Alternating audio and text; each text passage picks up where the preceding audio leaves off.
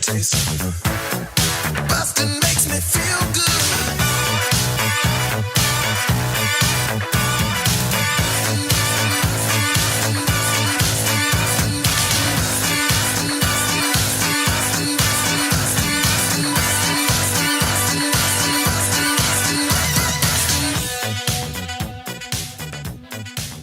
Hi, everybody. Welcome to Blockbusting, the podcast where we love to hate movies. I'm your host. What am I doing with my voice? I'm your host, Jay Light. And my guest today, making his glorious return to Blockbusting after years, literal years, since we've had him on. Armando Torres. Hey, I'm Armando Torres. Hey. The guest on Blockbusting. I think I'm talking weird like this because I've been cleaning out my garage all day, which for Blockbusting listeners and viewers out there, get your fucking ears and eyes ready for a future garage studio and some new setup here. Don't get too used to looking at this. Is just for YouTube watchers. Don't get used to looking at my fucking bookshelf and my cleaned laundry over here in the corner, because soon we're gonna have a nice fancy setup. I don't know. How are you going to tell people that you're well-read and well-dressed otherwise? Well, what I'm going to do is I'm going to get an exact photo of this background and just hang it up as a curtain. Oh, okay. Oh, That's a curtain. the You're doing plan. practical effects. Exactly. Look, I interesting. am a Christopher Nolan fan. I'm only going practical effects. We're also going to put the studio in a tumbler, and I'm going to have my producer spin it so that way we're going to be podcasting and rotating at the same time. Yeah. Oh man, not enough podcasts walk on the walls of hotels. No, they don't. Said that. But that is something that the new Blockbusting. Look, it's a new. The state of the pod happened, Armando. It's a new J Light. It's a new podcast. It's the same podcast. It's the exact same podcast as before. I'll say this. I'll say that the setup for the podcast is very different from when I did it, as you said, literal years ago, which hurts my heart to hear. Not because I've been gone for so long, but because I forget that aging happens. Yes. And boy, do I hate it. But secondly, we're different people because really it's been different literal people. years. We have different hair and glasses. Yeah, I have glasses now. I realized I couldn't see, and I have health insurance, and I got them. Congrats. You got multicolored lighting going on. Yeah. Oh, yeah, I found out that I couldn't have multicolored lighting, and now I have health insurance, so I got them. That one's for the YouTube listeners. What is going on new in your life since we last checked in? You've been busy. You've got your cult podcast has been blown up. You're doing some other stuff. You got your own Twitch stream now. Yeah, as you can tell, I'm not great at the video aspect yet. I'm drinking water as you're teeing me up to talk about my life. Still very unprofessional, as you can tell. I do have a Twitch stream that I twitched. I don't know what the term is, but I went live once, and then I was like, I could do this every week, and then I can't. But the problem is I have the world's shittiest internet, and I'm working on. You and I actually talked before the show off mic. We were talking about potentially moving to a new apartment, which would be just stellar. Fingers just being able crossed. just being able to stream, doing that stuff. Cult podcast is going well. Got some other stuff in the works. Don't know when this is coming out, so I don't know what to promote yet. It's coming out on Monday. Promote whatever happens this week. Oh, then I can't. I got big news coming. So eventually I'll have something to promote that'll be really cool. All right. I know. This episode's been cut off. You're done. Yeah. Well, I mean, everyone else has turned it off because they're like, this guy's a fucking We didn't even douchebag. make it 5 minutes. Yeah. I'm just he's bragging about having health insurance and big things coming up. But here's the thing. Go listen to the last episode where I was like, I live in a Honda Accord.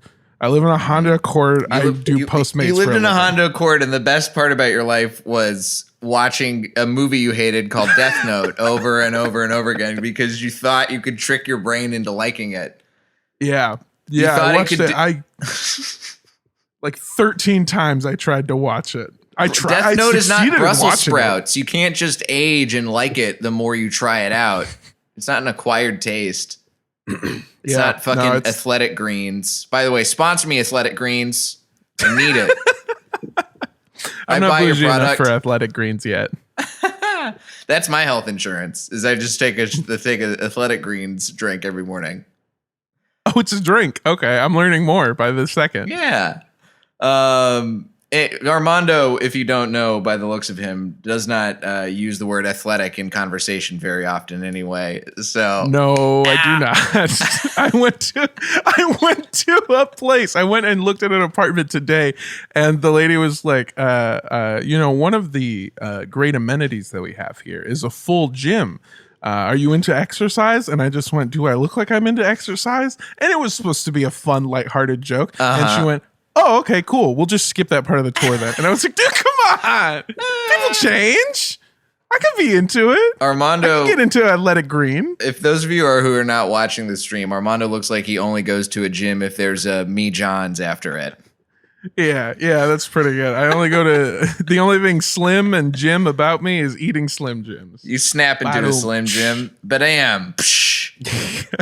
I snap into a Costco bulk order of Slim Jims. Kirkland signature Thin James.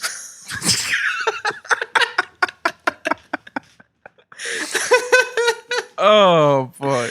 Oh my God. Hey, speaking of shitty off-brand versions of things that we love, how about Scoob? So I watched it 23 times. No, thank God. I fucking hate this movie. And a peek behind the curtain, before Jay and I are I would say very good friends. I was going to say very good. Okay, cool. Yeah. Jay and I are very good friends. As you can now, I have audio proof of. And 2 times over now. Yeah, exactly. And there's going to be a whole hour and a half worth of proof that we're very good friends by the time this episode's done. Oh, fucking yes, because we'll never get to the movie. I'll just keep tricking you into saying we're friends. After we already spent 30 minutes before recording talking about apartments and comedy. Just hanging out. Just chilling. Well, we were hanging out a different time, and you had said, I'd really love to get you on the podcast again. It would be great. And the last time I brought Death Note to you. I was like, I'm in the middle of watching this movie 20-something times or whatever, and I need to talk about it. Otherwise, this has all been for nothing. And you allowed me to be on the show to come do it. I feel like not in a douchey way, but in literally I don't know if that would be interesting, but okay, let's do it. Well, and that was back in the day, full disclosure, that was back in the day before I watched every movie that was brought to me. I made sure I had the time to do that. And Death Note, sure. I was not interested. Yeah. Not even going to give it the time of day. Because I knew you were a fan of the original anyway, and you were like, I hate this so much. I'm like, well, I'm not going to fucking watch it then. Yeah, it's a terrible movie. I don't recommend that anyone watch it, even as a goof. There's good, bad movies. This is not one of them. It's just a very bad movie. But this time we had to find a movie that we knew that would be bad, because I haven't been watching anything. You were like, what have you been watching? And everything I watched was good. So I had heard from a lot of people that I trust very much that Scoob was one of the worst movies ever made, is what they kept saying. Even if it's for kids, it's terrible. And so I was like, why don't we plan on watching Scoob? And then we'll record the podcast, and I'm sure I'll have something to say about it. Even if it's a pretty good movie, I'm sure we can talk about it. And then I watched it, and I've never been more upset watching a movie that I was neutral on at the beginning. I had the lowest of expectations, and they still fucked it up beyond belief my lower than low expectations. Oh, dude. I mean, so I'm in the same boat where I was like, I went into this movie just being like, all right, this looks pretty bad. The reviews are pretty bad. I'm going to try and go in with an open mind and see what happens, and just hope I don't get Mortal Kombated. Where like I went in, same deal. I was like, I have no desire to see this movie, and I had no desire to see Scoob. But I was like, you know what? Somebody suggested it. Let's see what happens. And Mortal Kombat at least had problems that you could fix. Scoob, there is no way to fix this movie other than a total tearing it to the ground, building it back up. Like, you need to 9/11 this movie in order for it to have any sort of semblance of being good. I would go a step further in that you need to not 9/11 this movie. You need to America's response to 9/11 this movie, where you just unstopping bombs for 60 days straight on the civilians too. Anyone related to this project, I want them dead. Oh, you yeah. Understand? Adam Ezekiel's wedding is getting bombed. Tony Cervone's wedding. Even Will Forte. You're on my shit list now for doing this movie, Will Forte. I get you probably need that paycheck, but damn, dude. Yeah. Casey Kasem is rolling in his grave. I was so mad at the casting of Will Forte, and that's the only thing prior to watching this movie for Blockbusting that I knew about Scoob. I hadn't Will seen Forte any. was Shaggy. Yeah, I hadn't seen any trailers. I hadn't even seen the promotional materials. I had just seen that they didn't ask. Oh fuck! Now I can't remember his name. Matthew Perry. Is that who it is? No, Matthew Lillard. Sorry. Matthew Lillard. Yeah. They hadn't asked Matthew Lillard to be Shaggy, and I was so upset. And I saw it through his Twitter. I saw that he was like, dude, what the fuck? I didn't know we were doing this. Dude, you it's guys didn't such even a shame. ask me. Matthew Lillard was a great Shaggy. Yeah. And it's so, there was no reason. There's nothing Will Forte brings to the table. He does a Matthew Lillard impression and not very well at that. And I love Will Forte. Same Fantastic voice actor. But this was not your thing, bud. There's a lot of problems in this movie. This movie is like, all right, so if you're not up to date on Scoob, it's a 2020 American computer animated mystery comedy film based on Hanna-Barbera's Scooby-Doo franchise.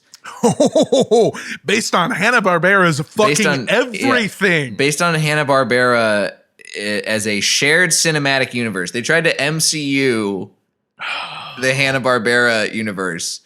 And truly, I mean, from like a world building perspective, they had all the little Easter eggs, all the little bips and bobs of having like the Laugh Olympics arcade machine and the Penelope Pit Stop perfume and all of that stuff. Even down to having like the little sound effects of like the feet running and the scene where they did the shot for shot remake of the Scooby-Doo opening credits from the original cartoon. I was like, a montage, by the way, as a fucking montage to earn something they did not earn.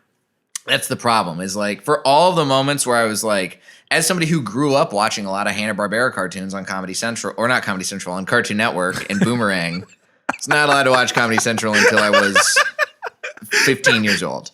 No, I just want to see the raw, uncut version of Flintstones. Oh yeah. Well, that's what they did. I mean, Adult Swim did the best version of it possible with Harvey Birdman, attorney at law. Yeah, fair enough. Dude, when I saw the Godfather parody episode with the Flintstones, beautiful. Wow. Love Harvey Birdman.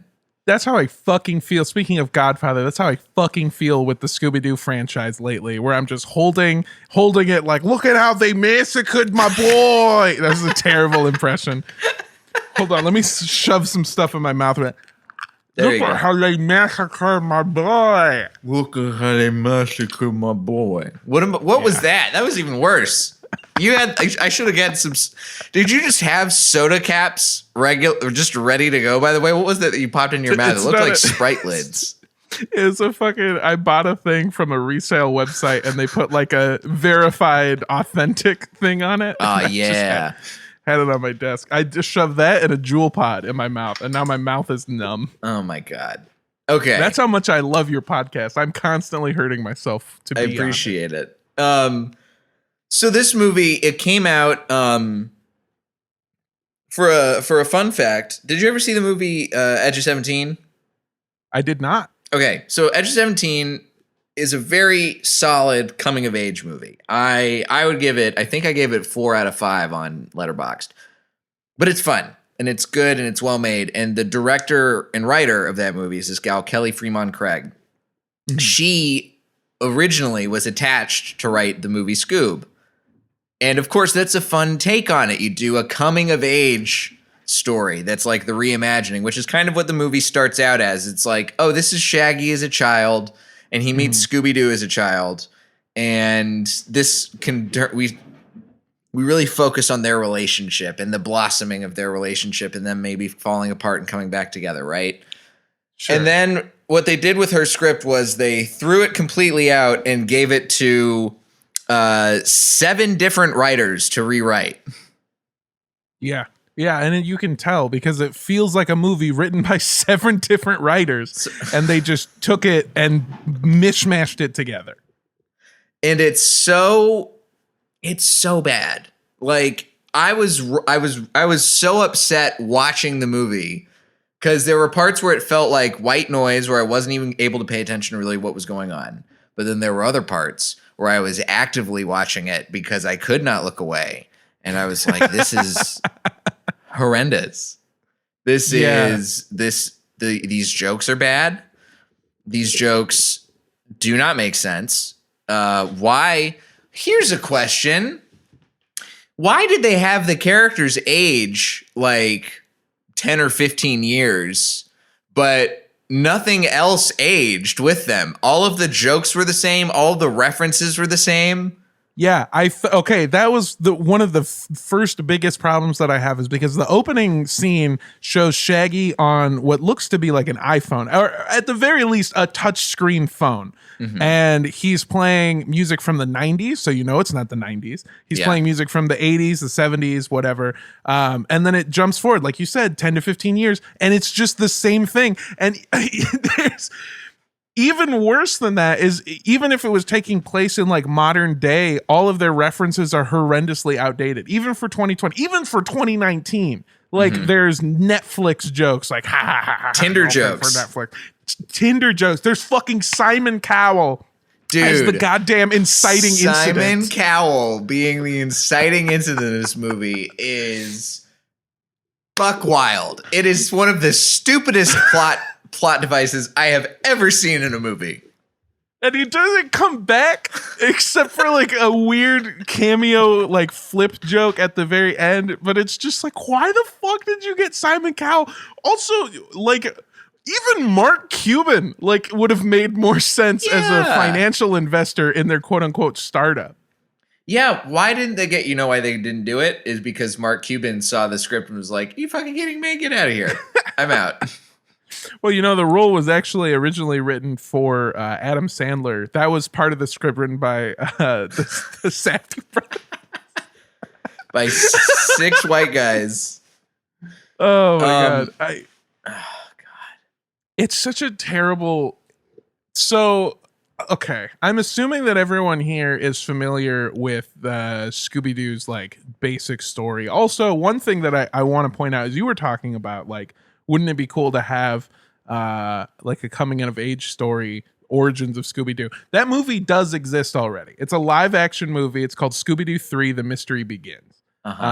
I'm a big Scooby-Doo fan. Always have been. Scooby-Doo's great. They aired so much Scooby-Doo growing. I watched A Pup Named Scooby-Doo. I watched Scooby-Doo. I watched Scooby-Doo with the 7 Ghosts of Scooby-Doo, where there's a whole episode with a guy named Time Slime, and it's dark. It's like that one Futurama episode about Fry's dog that's really sad. Yeah. You remember that one? It fucks you up. Oh, I can't stop remembering it. Every time I see a dog, I cry because I think of that stupid fucking episode. But here's the thing. I mean, that episode of Scooby-Doo in the 7 Ghosts, for listeners who are not huge Scooby-Doo fans like me and Armando, it's about literally all of Scooby-Doo's friends. It's like what's it called? It's a Wonderful Life, where like Scooby-Doo doesn't exist and all of his friends and instead of it being everybody's shitty, everybody's better off without Scooby-Doo. And it's so sad. Yeah. And Which actually kind of fits into the character, because one thing I realized from the start of the movie Scoob is that Scooby-Doo is just a con artist that has weaseled his way into 1,000 situations and does not grow by the end of the movie, by the way. Neither of them really learned anything. There is no arc. The only person who had an arc was the fucking Blue Falcon, which, by the way, we haven't even gotten to talk about how this was not a fucking Scooby-Doo movie. It was just a Blue Falcon movie starring Scooby-Doo. Yeah. Dude, this movie, the characters in this movie, they were all over the place, right? If you're going to make a Scooby-Doo movie, I understand if you make maybe Shaggy your lead. But if you don't make either of those two your character who you care about, who grows and actually changes, and you make it some fucking dipshit voiced by Mark Wahlberg who nobody cares about. No, who is also doing his best Ryan Reynolds impression throughout the entire movie. I thought it was Ryan Reynolds for like 4 lines. I thought it was too. Dude, okay, there were I'm glad so I'm not many fucking alone. I guessed all of the voices wrong in this movie. I thought that Daphne was voiced by like Rachel McAdams instead of Amanda Seyfried. I did not see Zac Efron coming. That was either. The one that really fucked me up. Even when I looked at the cast afterwards, because I was just like, I still can't fucking hear it. Even Gina Rodriguez voicing Velma did not sound like... I just didn't know, man. The only one who sounded, I mean, this is the thing. The only 2 actors vocally who I was like, I know exactly who this is, was Ken Jeong as Dynamite. Yeah. Which is actually like not horrible casting. He kind of did the put upon sidekick voice well. Yeah. I got some... I don't know. I have issues with it. Because the actual character, like originally, at least, I get rebooting it and making it differently, but like the original thing was that like Dynamite was a bumbling idiot. Like he was always barely not fucking up shit, and the Blue Falcon was the main character between the two of them, but not the main character of the show. Right. It was Dynamite's show, but Blue Falcon was the guy. Yeah. And then Tracy Morgan is Captain Caveman, which fantastic. But it's only fantastic because it's just Tracy Morgan. Yeah. They could have. It's Tracy Morgan. Yeah, it could have been anybody, and it would have been great. Yeah, I hated the character for being another fucking addition to this extended Scooby universe or the Hanna-Barbera verse. Mm-hmm. But I loved Tracy Morgan so much. You can't hate Tracy Morgan. No one ever has had a reason to hate Tracy Morgan. I don't know. But I came awfully fucking close with Captain Caveman.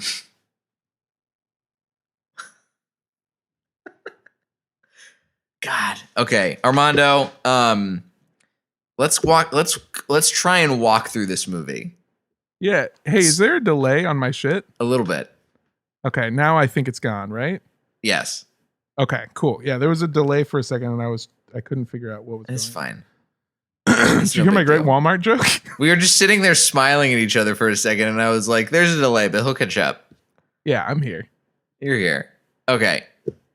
So the plot of the movie is Scooby-Doo steals a wheel of meat from a Euro stand. He steals from Alexander's Great Euros, which as soon as I saw it was like, oh, that's a fucking theme stated right there. I don't know how, but it's too specific of a thing to not be important later.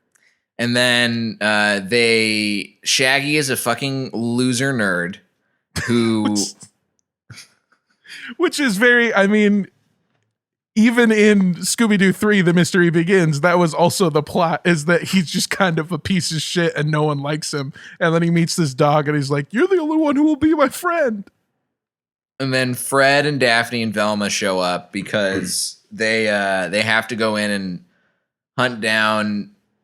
They go to a spooky house because some bullies threw his candy in there or something. Yeah, the bullies were, and they're like, oh, Halloween is a construct because it's Halloween. They're trick-or-treating. Right. It's Halloween. The bullies come and they're like, oh, you shouldn't eat this. Your teeth will thank us. Halloween is a fucking construct put together Halloween by was invented by big corn syrup. Yeah, and then they just fucking dip out, and it's like, why did you make the bullies likable? Dude, this movie doesn't make any fucking sense. And then they do Scooby-Doo. They do into the whole Scooby-Doo rigmarole for like an entire montage. That's just the recreation of the intro. Yeah, it shows the passage of time by them like solving all these things, and they make all these references. I mean, you're right. It is just the shot for shot intro, but none of it feels like earned. You don't actually tell us anything. They start their bit. They also, when it cuts into like present day, like they go through the montage, right, and then it's like present day. They're established. They're like a mystery team. Mm-hmm. They don't talk at all about how Fred got the mystery mobile or the mystery van. Yes, the mystery machine. The mystery machine. Fuck. Big fucking fan you are. I can't even remember the name of the goddamn car. Under fucking pressure, couldn't even remember Matthew Lillard's name. When there's a camera on me, my brain stops working, which is the worst time for that. It's the worst thing to do if you're going to be a professional media personality of any kind. Hey, get ready, folks. I'm going to say a lot of bad stuff. Hey. They don't at all talk about how he gets the mystery machine, and yet later in the movie you're supposed to care about the mystery machine and his like ties to it deeply. Mm-hmm. There's just so much setting up that they did that they try to capitalize on later that isn't earned, that doesn't do anything. I also have thoughts on how they should have made how they should have done this movie correctly, but no one's asked me. Oh, we'll get there. Because we got to talk about every point that they did wrong. We covered Simon Cowell. We covered that they threw in Dick Dastardly. Oh my God! Yeah. By the way, the inciting incident for the movie is that they are an established mystery fighting team, or mystery solving team. I guess they don't just fight mysteries. It'd be fucked up if they did, but I'd like that movie. They're a mystery solving team. And now they want to open up a business, and Simon Cowell, for some reason, is an investor, but he doesn't like Scooby or Shaggy because they don't add anything to the team. Right. Which is an important note to remember, because at the end of the movie, they don't solve this, and Simon Cowell does not fund their thing, so they didn't even need Simon Cowell, so the inciting incident is completely useless and doesn't make any sense in the grand scheme of things. They then, after this happens, get abducted by the Blue Falcon after fighting off a bunch of aliens, robot things from Dick Dastardly. Yeah. Whose whole plan is he wants to get the three. This is the most convoluted bullshit ever. He's like, I want to get the three skulls of Cerberus to open up a portal to the Greek underworld, where a portal to hell, incarnate. Because my dog Muttley is trapped in hell. Because we figured out how to make a portal before, but there's only one way back. Yeah, It's so bad that if you tried to explain this to somebody, they'd be like, no, you're fucking with me. It doesn't even sound, it sounds like a bit. I don't know why this entire movie decided to make like every choice along the way that these writers decided to make and stick with. Yeah.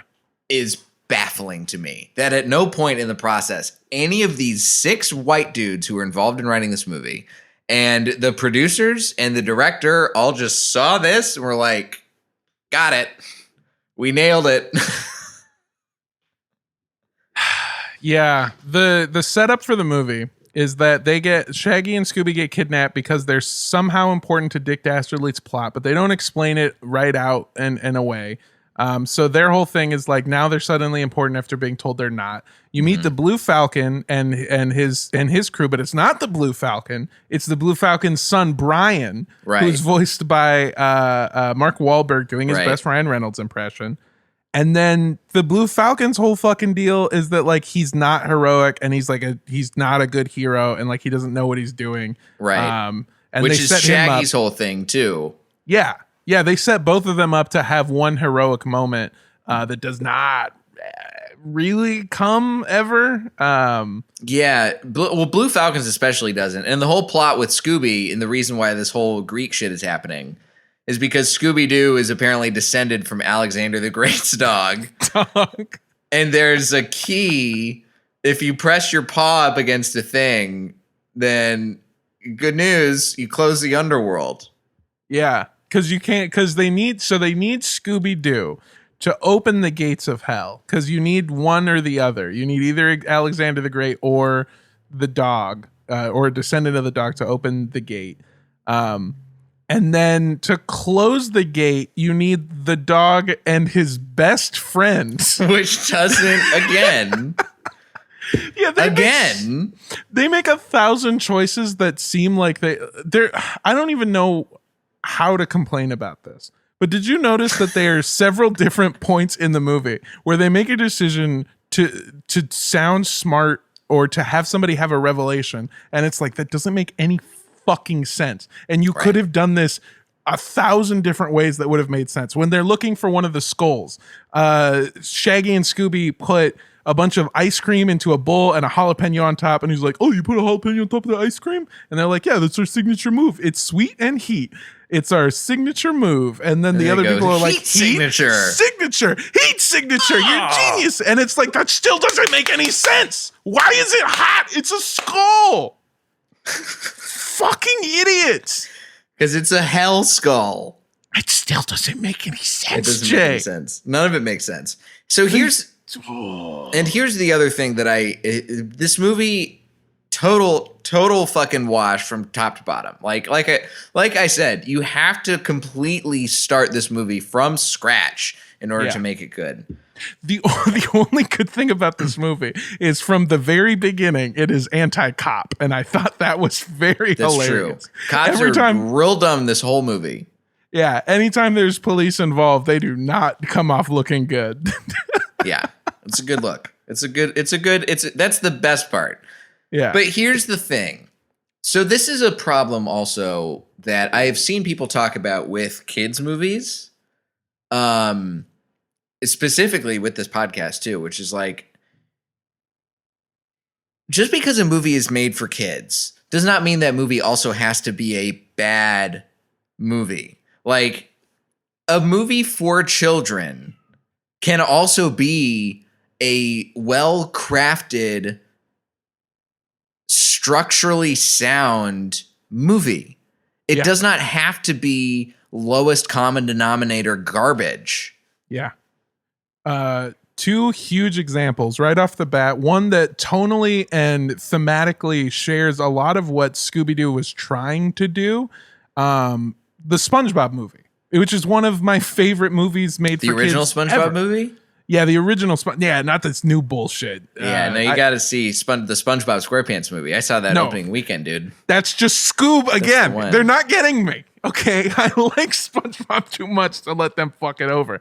But the OG SpongeBob movie is SpongeBob wants to be held in high regard. He wants to be respected, but he's not heroic. He's not a man. Mm-hmm. And by the end of the movie, he shows that he can be heroic without giving up what makes him a kid, and he can just embrace who he is, and like he learns so much about himself and like what it means to be a man and all this other stupid bullshit. But like, it's so good. It's such a good movie for kids. Secondly, and one of my favorite movies maybe ever, I've seen it 1,000 times, still love it. Zootopia is a fucking amazing movie. Basically any Pixar movie or most Pixar movies are going to fall into this category. And Zootopia is not even a Pixar movie. Oh, fuck. That's right. Yeah, I thought it was, but it wasn't. It's Disney Animation Studios. It's after they got their shit together with like Big Hero 6 too. Another fun movie. Another movie that's a good movie that is also happens to be a kid's movie. Yeah. And SpongeBob maybe fits it better because it's... You know what I just remembered? Is a movie that is a kid's movie, that is an animated movie, that is a great movie. It is fucking Spider-Man Into the Spider-Verse. Oh my fucking God. Yeah. Talk about a fucking reboot. Oh, it's so perfect. That's an amazing example. Dude, that movie is a movie that is it's a reboot. It blows the franchise up. It does all of this mixed universe shit, and it has a stellar plot, and it makes sense, and all of the characters' motivations make sense, even the ones who are just there for a hot second. Yeah. Even fucking John Mulaney's pig spider pig. It's so, yeah, that's a perfect example. Oh my God. Exactly. It does all of the things that Scoob attempted to do, even with setting up this extended universe of different shit in a way that felt meaningful and earned. It earns every single moment. I cried during that movie. Mm-hmm. But this movie, I cried afterward because of what they did. They massacred my boy. Look at how they massacred my boy. They massacred my boy. This movie is hot. Not even hot garbage. It's cold garbage. Yeah. This is the garbage. This is the drainage at the bottom of the dumpster of pop culture. Yeah. This and is like what the dumpster of an abandoned building that they forgot that it was there. Like no one claimed it, and it's been there for 2 years, and it was like a pastrami sandwich, and now it is just a colony of bugs and fungus, and I hate it, and I wish it had never existed. This is a rare, this is a rare moment in movies where no movie would have been better than any different version of this movie. Exactly. I want to know, because you said, to wrap things up, you said that you would absolutely have a good vision for like what the Scooby-Doo reboot could be. So pitch me. Please tell me that you're better than all 6 of the writers who wrote Scoob. Well, okay, and I want to preface this by saying that all of this writing and forethought happened last night after having watched Scoob. After having high out of my mind watched Scoob. Or I watched Scoob sober, and then I got high. And then I was like, whoa, I could write a better movie than this. Mm-hmm. So one of the things that they wanted to do is they wanted to reboot Scooby-Doo and throw in the fact of like an extended universe. They also, they want to modernize it, which I don't think always works because they're so distinctly 60s. And they do modernize like Fred, Velma, and Daphne, but they don't modernize Scooby and Shaggy, who Scooby and Shaggy look like CG versions of their OG animations, and everyone else looks like a character from fucking Fortnite for some reason. Yeah, that's weird. I don't know. That was another weird ass choice. I don't know why they decided to do that. Yeah, the only people who are exaggerated and cartoony are like Dick Dastardly and Shaggy. As far as humans go, everyone else just literally looks like a Fortnite skin. It's not an exaggeration. It's terrible, but they want to update everything, which I think you can do. But the way that they should have done it, in my mind, is by really going like full Iron Man with it, or even like Dark Knight Begins or whatever the first Christopher Nolan Batman Begins. Thank you. On camera, dumb brain. But I think that you should have opened. You could have even probably kept the opening with Scooby and Shaggy. Mm-hmm. I fucking hated the way that he named Scooby-Doo, where he fucking Kaiser Soze'd it. And he barely Kaiser Soze'd it. I think here's the thing. I've been thinking about this because he was in Venice and they didn't show it, but he got Scooby off of Scooby Snacks, and then he said Doobie, which tracks for Venice. And then he said, that tracks. I could see them maybe having a cut in there that they could not do, because they also got away with saying just Falcon here or whatever it was, where they clearly were doing a fuck thing, but they also couldn't say kill. They had to do a throat slit thing. They also did have, and I enjoyed this very thoroughly, they did have a 30 to 45 second bit where Dick Dastardly just said his name was Dick and then just repeated the word Dick and they just over and over again. And then they cut to an F-bomb joke where he said, like, throw an F-bomb. He was like, hey, keep it PG-13. Keep it PG, hey. Oh, yeah, PG, not PG-13. I was like, dude, you just said Dick like 45 times. Context or whatever, but that did happen. Don't pretend like the kids know any better. It's true. So in my mind, the way that you do it is you keep the origin story, I guess I would have probably done a different origin story for meeting Scoob, but I only have like rough outline, broad strokes. Okay. So I think you tell the story of them becoming an actual mystery solving team, where the whole movie basically focuses on them building everything, and you have an actual reboot of the story wherein like everything happens. They had this thing where they wanted to throw in every reference where like Fred says Jinkies. Daphne doesn't say Jinkies. Fred says it, and then Fred later says it. Yes. And then right after Daphne or Velma gives him the look, and he's like, "What? Somebody had to say it." And it was like, "You fucking knew. You fucking knew, and you didn't do it." Like, there's so many. They tried to throw in every like, you remember this thing, but then they don't use it. So I think that's what you do. The whole movie is them like, you build up Fred finding the mystery machine, and it has to be something like they want to afford like a real car, and that's the only thing they can afford. And he's like, it's a little dated, and that's how you explain like the mystery machine. He gets it, he soups it up. The other thing too is like Fred was a tinkerer and a great planner. Like, that was his whole thing. He was great at planning. He made traps. He worked at shit. He was probably like an engineer or something. He was working on the van. So like, he turns the van into something that, yeah, sure, it looks like shit, but it's like the most efficient thing. And then that's like his arc, is like learning that like, you don't need the flashiest shit as long as it works. Like, as long as you're confident in yourself, it's good enough. Scooby and Shaggy, you can still have the non-heroic thing, because that was like what they were supposed to learn, but then they learned that their friendship was important, but it never wasn't. It just was like a weird misunderstanding at one singular point in the movie and no other point at all. So like that, that you kind of readapt. I think you also have Daphne and Velma be in the fucking movie instead of being four different scenes that just transition from you doing different shit. Total bullshit. Yeah. I think the whole plot of the movie is that, like, yes, they were hot shit when they were kids solving these, like, Encyclopedia Brown-ass cases, but now they want to be taken seriously, and no one will, because they're a bunch of fucking nobodies. And so they finally, like, come up with, like, we're going to solve our town's urban legend, which is, like, this huge fucking thing that you've built up throughout the movie now that they're finally ready to, like, solve a real case. And they get in, they're over their heads, and they're all like, we're just fucking kids. Like, you SpongeBob it. They're like, we're just fucking kids. Like, we can't do this. And they learn that, like, working together and playing to their strengths, they're able to, like, finally get it. I feel like you can even stress Scooby and Shaggy's relationship and everyone's relationship by having them blame each other. And it's like, if we're going to do this, like, we have to work together as a team, play our strengths, blah, blah, blah, blah, blah.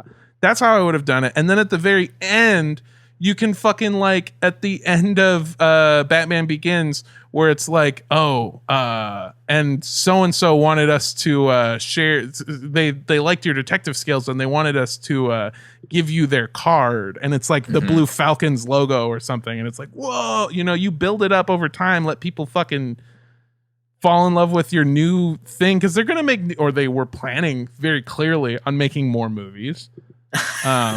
I don't know if they'll be allowed to with the shit that they made. I don't think they will be. I don't think so either. We've lost our chance to have a good Scooby-Doo movie, at least for another few years. Yeah. I don't know how much of that you're going to cut out, because I do realize I just went on a 15-minute rant about No, I'm not going to cut out any of it. Scooby-Doo. That's at least as interesting as the opening 2 minutes of this podcast, where we just talked about absolutely nothing except how good of friends we are. How good of friends we are, yeah. Yes, fucking yes. I'll say this: I do think the best Scooby-Doo reboot possible would be kind of in that vein, and I don't want to see an R-rated version of Scooby-Doo. No. And I think if you do, Mystery Team is probably up your alley, listeners. The good old Derek comedy back in the day, dude. But that's the thing. It's like, it's the same plot without the dog and shit, where it's like, all right, we're going to try and solve a real mystery now because we want to get legitimized. And they did a very different version of it than what Armando was pitching. But that movie's a fucking classic. Yeah. I feel like with Scooby-Doo movies, they always tend to hit on this thing of like in the show, monsters are never real, but in the movie, the plot is like, oh, the monsters are real. Like they're totally real. Exactly. And sometimes they don't have it. Like Scooby-Doo, The Mystery Begins is different. It's close to kind of what I'm pitching, but not really. I think that you can still build over time. I don't know. I think it would be a much better idea to like have them transitioning, because I've never seen a movie where they're transitioning from like people who have solved mysteries before to like going legit.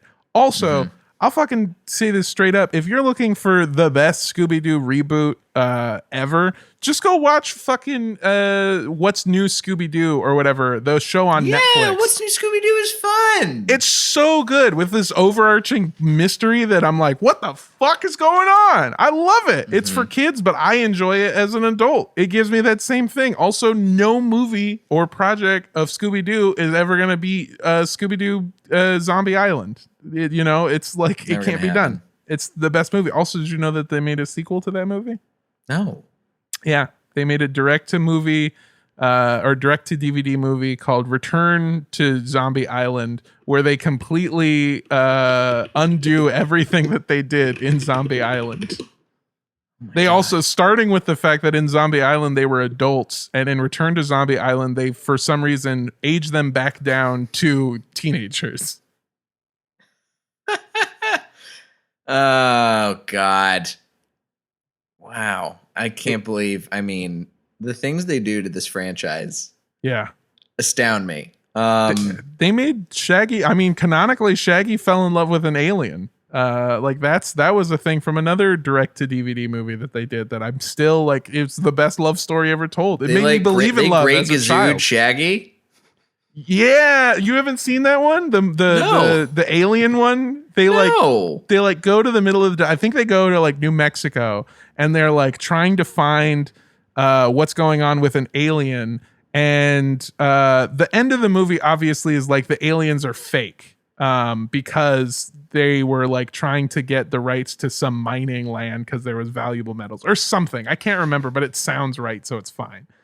But throughout the thing, Shaggy meets and falls in love with this like random hippie girl that is there, who then turns out to be a real alien, and like at the end of it, everything has to like leave because her job here is done. And he just kind of gives the vibe is like, Shaggy's like, I don't think I'll ever love again. Like he finally learned what real love was, and that she's an alien and she leaves. And I watched it as a kid and I was like, I want that. That makes sense to me. Armando, we have reached the end of our journey, and we have unmasked that you are a huger Scooby-Doo fan than I think I've ever realized. Like your mask has come off, and I love Scooby. You love those meddling kids, dude. And they never said the fucking line. They never said it. They do two meddling kids lines, and both times they don't say meddling kids and your stupid dog. They say, the first one is, oh, if I would have gotten away with it too if it weren't for your meddling, door close. Second one is Dick Dastardly being like, I would have gotten away with it too if it weren't for you meddling, manipulative miscreants. Yeah, miscreants. That's what it was. And it's like, fuck you, Dick Dastardly. Fuck you so hard. Well, don't fuck Dick Dastardly. It's the writers. Yeah. It's 6 people who ruined Scooby-Doo. That's the real mystery. Yeah. God. I'm out. Finished it. I show my hand. Tell you what's a real mystery machine. Those writers' laptops. Hi-oh. Fuck. All right. Well, I thought you meant you were out. Like I stopped recording. Like that's the end. No, of the I'm podcast. Still recording. We do need to put an end on this. We're getting up long here. This is fine. It's okay. You don't need to apologize. This is a delight, and you're a delight, Armando. And nobody should watch Scoob. Don't put yourself through what we did just for our friendship's sake. Yeah, it's such a bad movie. It blew me away with how upset it made me. I had very little expectations. They could have done the James Gunn fucking live action Scooby-Doo as an animated show, and I would have been fine with it. This is an atrocity, and they need to America's reaction to 9/11, the writers of this movie. If there's anybody out there who disagrees with you for whatever reason and they want to come argue with you on social media, where do they do that? Fucking come at me, dog. I'll fucking debate this all day. I got nothing. Well, I do have better things to do, but I'll quit those responsibilities to do that. I'm on Instagram, Twitter, TikTok, at Mondo Does Stuff, Mando Does Stuff. I also have a podcast where I talk about a different cult every single week, and that's Cult Podcast, and you can find us on a bunch of different places, but you should check us out on Rooster Teeth, which is a really awesome platform that we partner with, and there's a bunch of other cool content there as well. So thank you. Come find me, and I'll fucking fight you, you bitch. Ruh-roh. You can find me at Diet J on Twitter and Instagram, jlightcomedy.com for show dates. Join the Patreon if you want to get access to weekly bonus episodes and maybe even my entire film and video library, which does not include Scoob, thankfully, because that movie is hot. It's cold garbage. It's a fucking decaying pastrami sandwich that even Scooby and Shaggy would not deign to eat. No. But Armando, you're a delight, and thanks for doing the show again, dude. Thanks for being Thanks for being a friend. Bam, bam, bam. This has been Blockbusting. Go see something good for a change. Yeah.